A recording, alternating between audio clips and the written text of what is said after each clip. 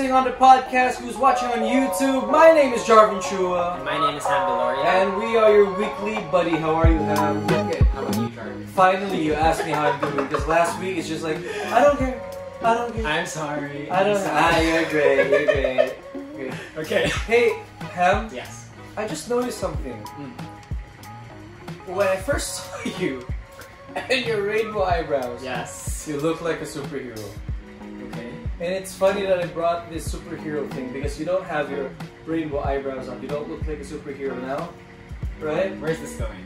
Where's this going? It's because, you know, one of my favorite superheroes are no longer with us. Yeah, I was able to read the news, I think, on Twitter earlier this morning, and I was very saddened about it. So the lead actor in the movie Black Panther, Chadwick Boseman, passed away from colon cancer. I was actually surprised because I didn't know that he was suffering from cancer. Yeah, here's the thing. A lot of people who suffer from cancer wouldn't tell you they're suffering from cancer.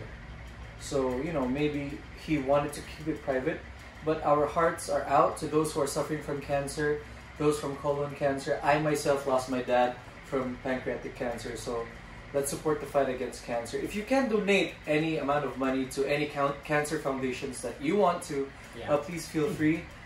We here in the Philippines, we have numerous cancer foundations, and hey, let's do something about it. Right? That's true. And our hearts go out to the family of Chadwick and to all the fans. I'm sure we're celebrating everything that he has done in terms of doing film. So we're with you on this one. Young, great actor. Yeah, indeed. Yeah. So a moment of silence for Chadwick. Wakanda forever. Thank you.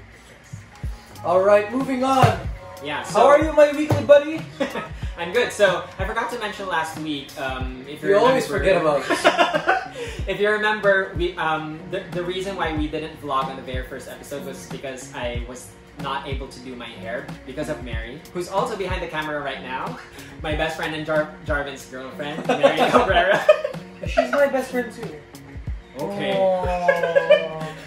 I'll find a boyfriend by next time. But anyway, so the reason why I'm saying this is because I just want to thank Design Uncut by Doc. They're located in Tapuac District. So shout out to Kim, Doc, and Mia for doing great service to Mary and I. And also we would like to mention that Le Boisson is featuring their 2 flavored pizzas. So half of it is called the Neptuno avec Aphrodite and Black Seafood Pizza. So if you happen to drive by the Venetia Road, the Venetia Road, the old one.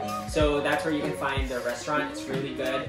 Just make sure to have a reservation because they rarely do walk-ins. They prefer appointments. And if you're not from Dagupan and you're asking where is Le Boisson, when the pandemic finally is gone, come over to Dagupan. Taste Le Boisson. It's one of the finest cuisines in the region, in the Philippines. So shout out to Le Boisson and its owner Noah. And Nikki. Yeah. Thank you very much, guys. Alright, my weekly buddy. Yes. Why are we a weekly buddy? Why can't this be a daily buddy thing? I have a job. And so do you. Really? Just your hair looks great, by the way. Oh, thank you. Because I don't have my glasses. Just kidding, just kidding. Your hair looks great, by the way. Jarvin, if I squint, you kind of look like... What? Never mind. What? I kind of look like who? I want the show to continue. Ding dong! Alright, so... What's in store for this week? What's in store for this week? Food, food, and more food, because we're gonna eat later. Yeah, I'm hungry, so... I'm hungry too, so let's get this rolling, Before we... Before we go ahead. Okay. Ham. Yes. We mentioned several weeks ago, I think last week, and our pilot episode, the first pilot, as you said, because this is a third pilot. One. No. The vlog one or the podcast pilot and the vlog pilot. We mentioned about COVID-19 and how this pandemic is affecting every one of us. So here's the question. Has this COVID-19 pandemic affected your ways of shopping? Have you gone online or are you still going to the stores, Ham? Well, actually, even before the pandemic started, I rarely do online shopping. You rarely do online shopping? Really? Before the pandemic. Before the pandemic? Yes. You rarely? Rarely. Okay, why? Are you gonna contradict my statement? I don't know. I think you bought the rainbow thing.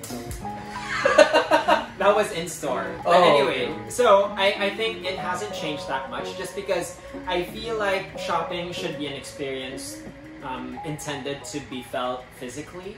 Mm-hmm. Does that sound right? It sounds kind of creepy. No. What I mean is like, you know, the walking to the store or driving to the mall. I think that's an experience that's usually shared by families or your friends. Mm-hmm. So I think that it's something that I've chosen over online shopping. Okay. What? But you can still share the experience with your family. With online shopping, like No. when you're driving to McDonald's, you can like scroll on Shopee and buy No, something. it's not the same thing.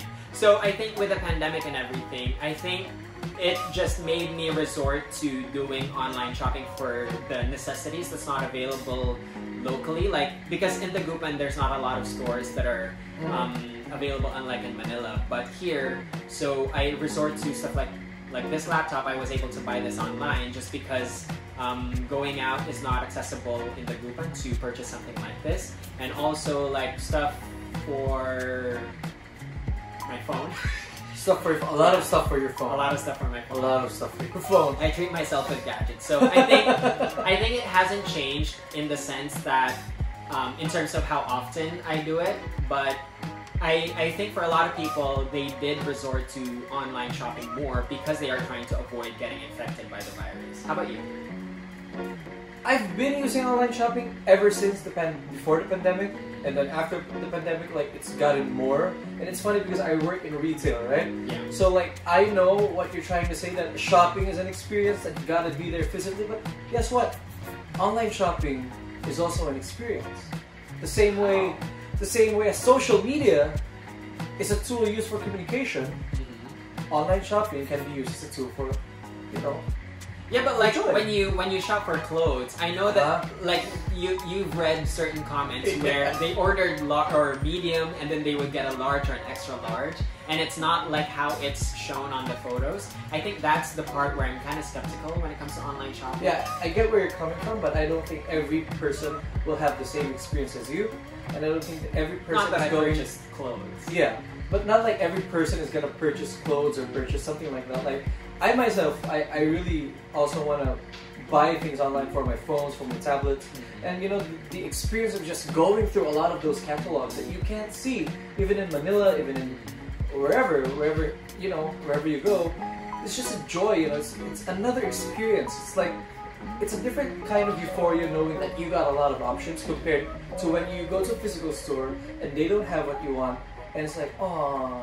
But when you're online on Shopee or Lazada or whatever, or on Amazon, and then you find something, and then if you can't find it, you just keep looking, and then you finally find it. You know, it's a different experience altogether. Yeah, but don't you think that, because I feel like the way certain companies adjusted to the pandemic was very severe. Like a lot of companies who Very didn't severe. drastic. Okay. Because like for some companies who didn't do like a website or a platform online is now doing it. So I feel like in the past it's not accessible, which is why I feel like you're given the impression that you're given the entire catalog. Yeah, but remember that we have to move forward. Yeah. I mean, this pandemic is not only, you know, gonna be. I mean, it's, you know, it's like ignorant to imagine that it's only gonna happen once in a lifetime. Yeah. It might probably happen one more time before we die. Hopefully not. Hopefully not. But you know, experts have said that pandemics like this can be a recurring thing. Yeah. And we gotta move forward. We gotta think about how we keep our people safe, how we still enjoy shopping, because you know the world can't stop because of a pandemic. That's true. And you know, I hope something happens good though. Like it's not that I'm ungrateful of whatever blessing we're still given in the Philippines, but I just feel like we can move at a faster pace in beating this pandemic. It's just that I feel like, you know, not to. Yeah, but here's the thing: the companies who are doing this is helping us move faster in beating this pandemic. Because imagine if they don't adjust.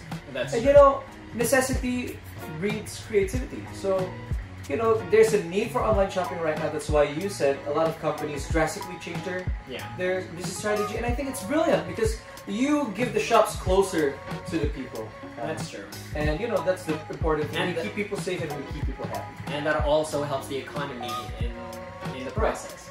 Speaking of economy, Ham, Yes.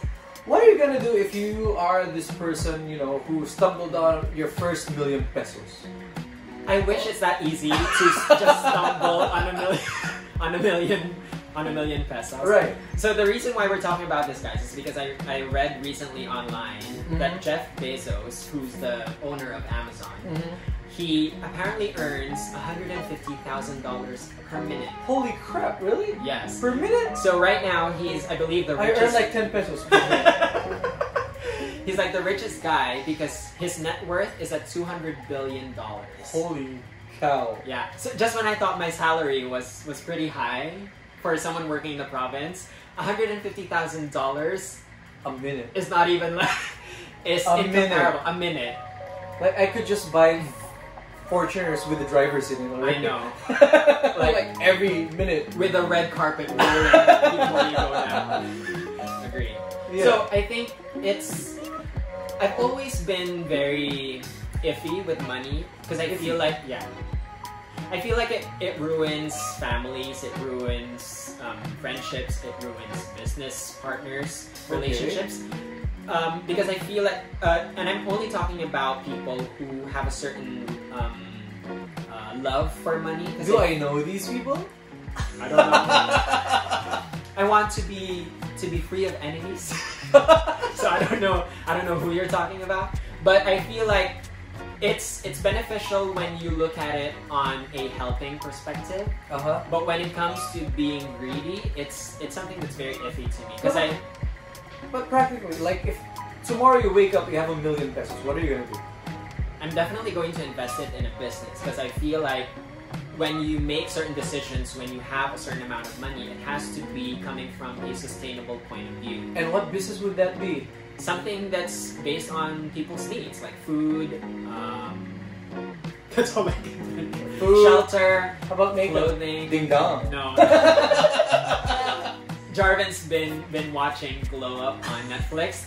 Ding dong. That's why he's been saying ding dong. But yeah, I don't know if it was me who influenced you to watch Drag Race. Yeah, it was you. Yeah, so hopefully it was you. He's gonna get why I'm going to do some certain like gestures in the future. Yeah. So yeah, going back, if I would definitely be doing something, it's something that's sustainable because in the long run, I want to be able to help out the community. Are you aware, Jar? I don't know if this is like a true story, but are you aware with the goal of Starbucks when they started? No. So I read. Pretty sure it was to make sell. coffee. They wanted to sell cheap coffee for an expensive price, and it worked. Because like even if people have no money, they go like, They will spend. But that's from a social climbing point of view. But so I read online. I don't know if this is true, but just let me know if it's not. So I read online that the goal of Starbucks was to be able. The reason why they priced their coffee at that amount was because they want to be able to help the employees that they're catering to help out the community as a whole. That's not true though. How would you? How would you know? Well, I don't think it's true. I mean, like if it's true, It's not a slander statement because I know people who work from Starbucks. I know how much they earn. Okay. And, you know, for the price of the coffee, you gotta give more. It's like, it's hard to stand, you know, like 8 hours a day making people's... I've done that in the past. Making people's coffee. And sometimes, you know, pissy people would go there, they're pissed off, they're, you know, and they're gonna boss you around. Yeah. And you're gonna give them You their gotta coffee. stop that, guys. Like, just because they serve you doesn't make them your servants. Yeah, here's the thing. Girls, if your boyfriends are nice to you... Boyfriends. Boyfriend. Plural. Boyfriends.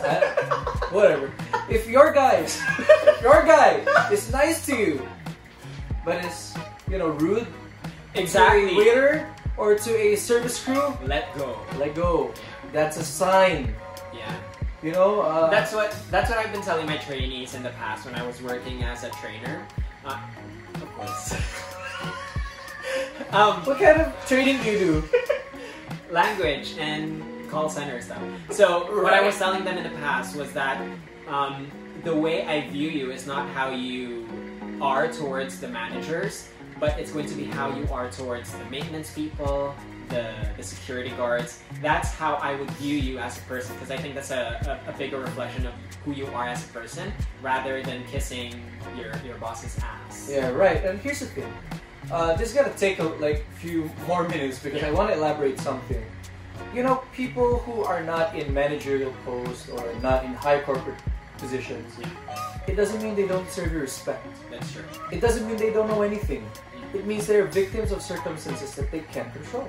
And they're trying to better their lives by doing an honest to goodness work. Yeah. So you don't disrespect the people who are serving the counter, you don't disrespect the janitor mopping your floor, because guess what?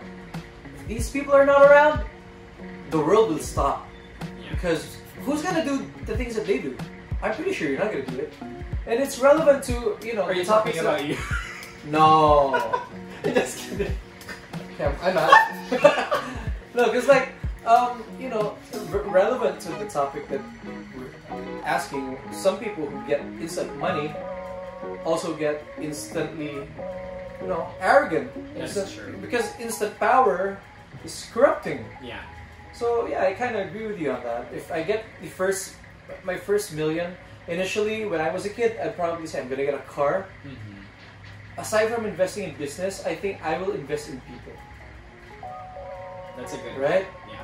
Because what we have to do is to make the world a better place each and every day, even by the smallest things that we can do. So I think that's gonna go a long way. If I have $1 million pesos like right now, I'm just not gonna invest in business, but especially invest in people. Yeah. And I think that goes hand in hand somehow. Like if you do run a business, you will eventually help out people in the process. Right. As long as you're giving them what is due. That's true. And I hope that more companies do that, because we need to eliminate the mentality where just because someone's working in the maintenance department that they should earn less than everyone else. Not that I mean I understand the hierarchy and everything, but I just feel like people take advantage of, let's say, if this is the minimum wage, this is just what they're giving. I feel like if you can give more based on what your company's earning, I think that, you know... And always remember this. You in the positions, or if you're in a position and you're in an executive position, yes, you are smart. You are book smart. Yeah. You are theoretically smart, business smart. Those people working for you in the maintenance and the rank and file, they might not be as smart as you want them to be, but they're experienced in life, and that is, you know, that's something that they can contribute to you. Yeah, and it's something invaluable as well. That's true. Right? So here we go. Because we're talking about differences like that, friendships. Yes. If you have differences between your friend, should you end it? I want to ask you first this time. You want to ask me? Okay. Have you had friendships that ended because of a difference in, let's say, religion, political views? No. Really? Yeah, because I think if you let that happen, then you won't be friends with anybody. Here's the thing. When I teach, and I used to teach, and you will go back to teaching online, just for a few subjects. Yeah. When I teach, I always tell my students, I don't want you to be me. Because me making another me is not beneficial to the world. I mean, how many... You don't know that. You know, how many people like me do you really want walking the streets? Mary, is he still on frame? Is he still on frame? Is he still on frame? Yeah. Okay. Here's the thing. I can't create another me. Buffered. You know why? Creating another me is gonna make the world a very dull place. You don't know that. No, Mary? I know that because... Mary? Here's the thing. You need people with different opinions. You need people with different experience. You need people with different narratives, because that's gonna sew in a beautiful story together. Imagine if everybody thinks the same. Well, I can see the benefits of that, they can work on a common goal, but what happens afterwards? It's so hard to push progress when everyone's the same. Yeah, when everyone's the same. As I said a while ago, necessity breeds creativity. And that is what different opinions create. Yeah, I agree with you on that one. But I guess the reason why we're trying to discuss this is because I'm on the other edge of this conversation, because I've somehow ended friendships in the past because of a difference in religious views. I understand that a lot of religions have different views on certain things, but if it affects how they see you and your tribe as a whole, it somehow makes it difficult for me to be friends with that person. I'll give you an example. So I've been friends with this guy in the past, and their religion views homosexuality as a sin. A lot of religion does. A lot of religion does, and I believe that even the religion that I'm currently in right now also views the same thing. But the way I see it is they are more intense in terms of voicing it out in front of me. And I know that it's a lot better to like confront people when it comes to certain opinions. I appreciate that, but I guess where I'm drawing the line is because if you view me as a sin and my lifestyle along with that, should I surround myself with that kind of energy? Right. But here's the thing. I agree with you on that. I mean, because I feel like the situation that you were telling earlier, so let's say in a political view, somehow not, well, I think, I'm not gonna conclude, but I believe a bigger percentage of political views doesn't necessarily affect how you view that person, but when it comes to who you are outside of your belief, because like, if I was to, let's say, if I believe in something that's outside of me being gay, that's a different thing. But if you have a problem with me being gay, that's where I have a problem with it. Well, here's the thing. I don't think you end friendships because they differ in opinion. I think you end friendships because the attitude towards the indifference. But how can you be friends though if they see who you are in your lifestyle as something that's bad? But there are people like that, but you can be friends with them. Like you can't, or you can. You can. Like I have a friend who differs drastically with political views and religious views, and I'm still friends with him. Here's the thing: even if we differ from each other, I don't think of him that way, and I don't force myself that way to a person. Like it's an age-old rhetoric, right? Even if you have something, it's okay to have it, but don't shove it down people's throats. But the thing is, I'm not trying to shove it down that they should be accepting of gay people. It's just that, as a friend, I feel like those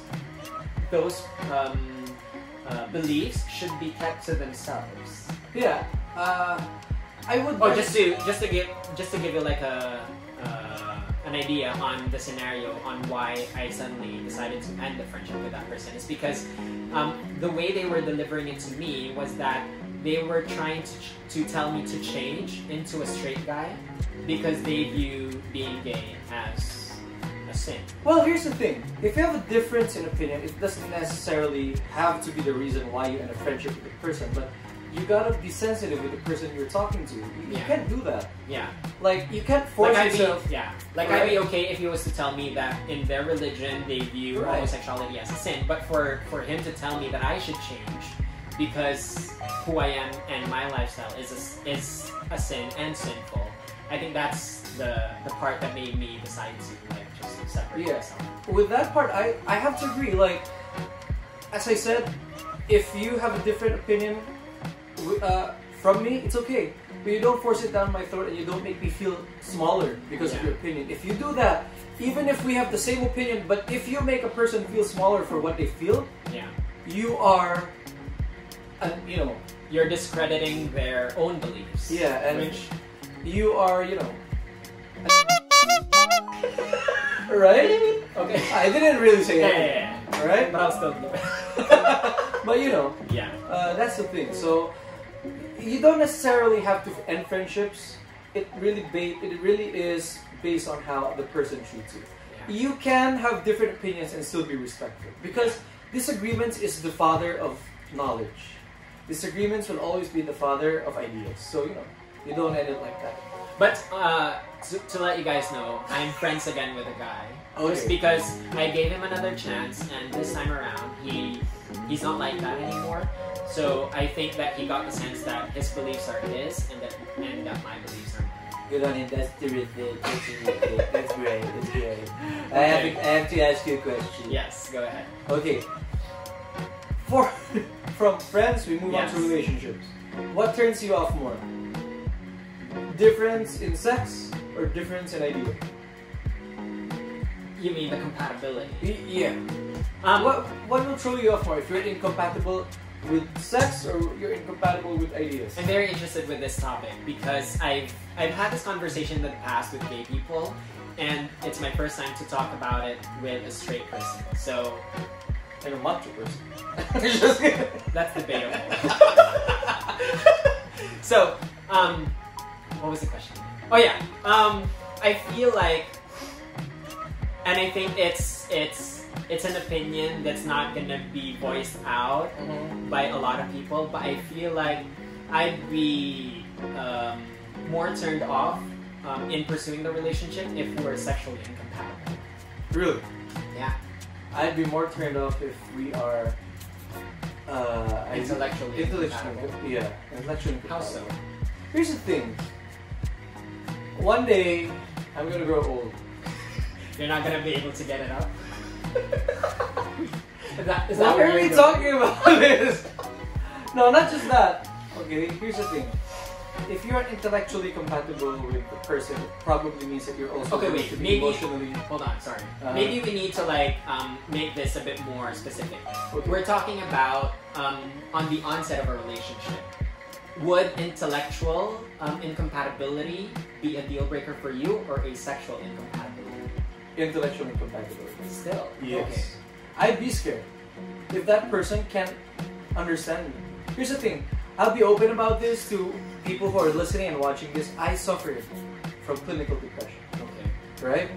It means that sometimes my mental state is off. So I can be very hard to understand. Sometimes emotionally I'm hard to grasp.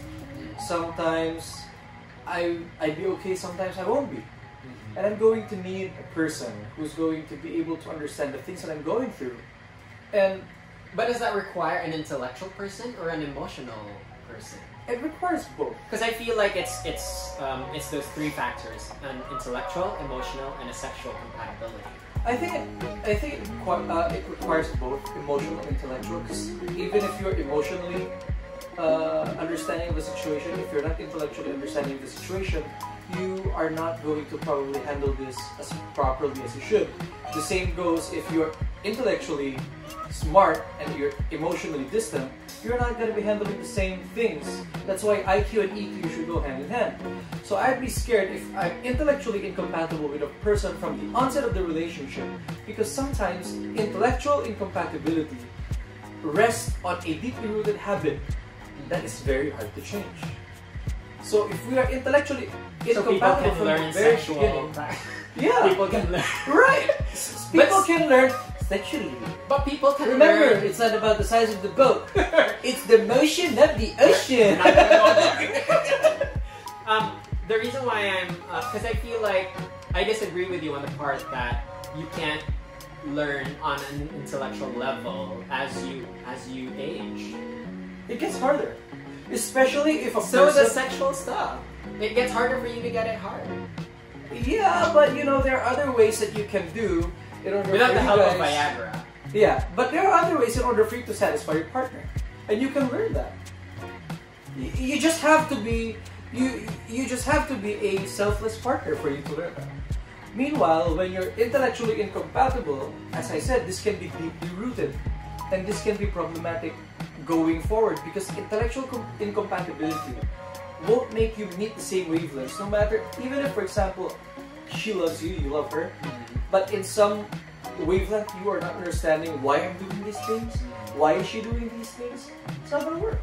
But so if we're going to narrow it down to the two then, intellectual and emotional, which would be a more important factor for you? I can't say because intellectual... Have you ever been in a relationship where you're attracted to the person intellectual? on an intellectual level, and then it somehow like grew into an emotional level? No. Really? Yes. Interesting. No. That's why I love the relationship I'm in now. Because I think... Because I think in a lot of ways we can intellectually understand each other and emotionally be supportive with one another. So like it's great. It's great. It's great. It's terrific. So, because like it's harder for you to dislearn the things that you've already like learned from the past, rather than you learning to be selfless love. Wait, sorry. So what was your answer? I would be put off by intellectual incompatibility more than sexual incompatibility. But if you're gonna ask me, intellectual versus emotional, I think it has to be the same.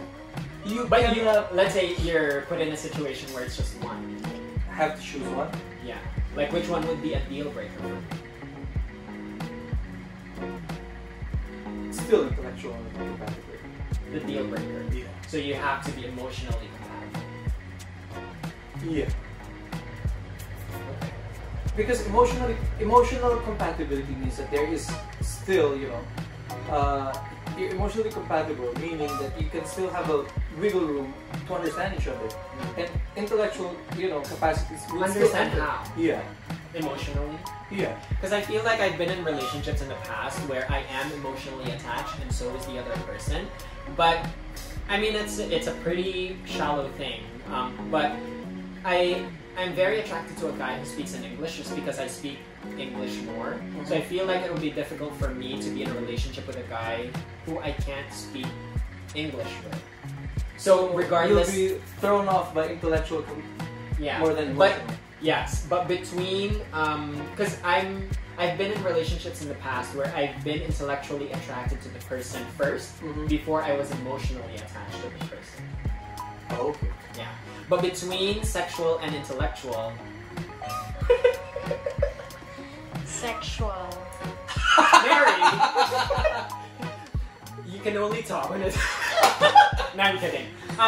Because I feel like it's a factor that's very important. I feel like a lot of relationships, I don't know with straight, hetero relationships, but I feel like in the gay community, a lot of it ends because they're not sexually compatible.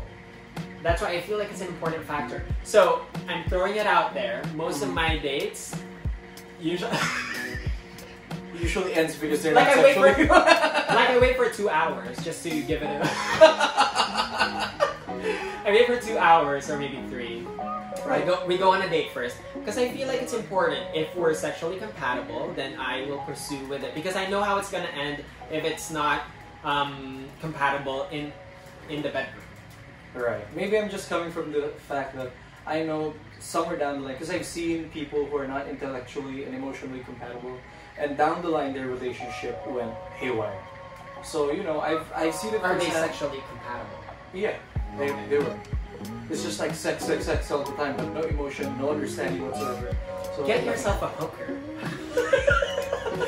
If it's just sex all the time, like, if you can't talk to the person and you can't, like, sex, and you can't invest yourself emotionally, just, I'm not promoting.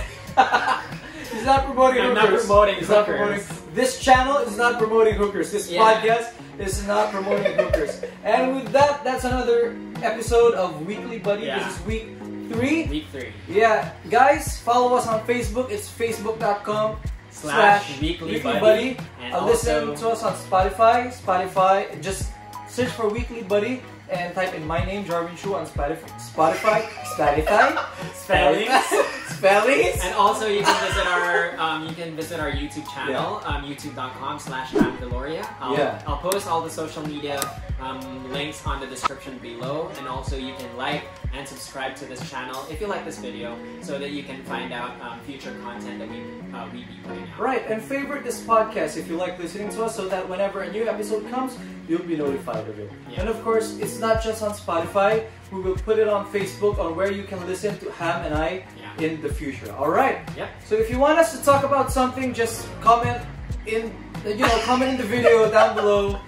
Send us a message on facebook.com/weeklybuddy. So again, this has been your Weekly Buddies. My name is Jarvin Chua. And my name is Viloria. Thank you. And take care. Bye, guys. Bye, guys.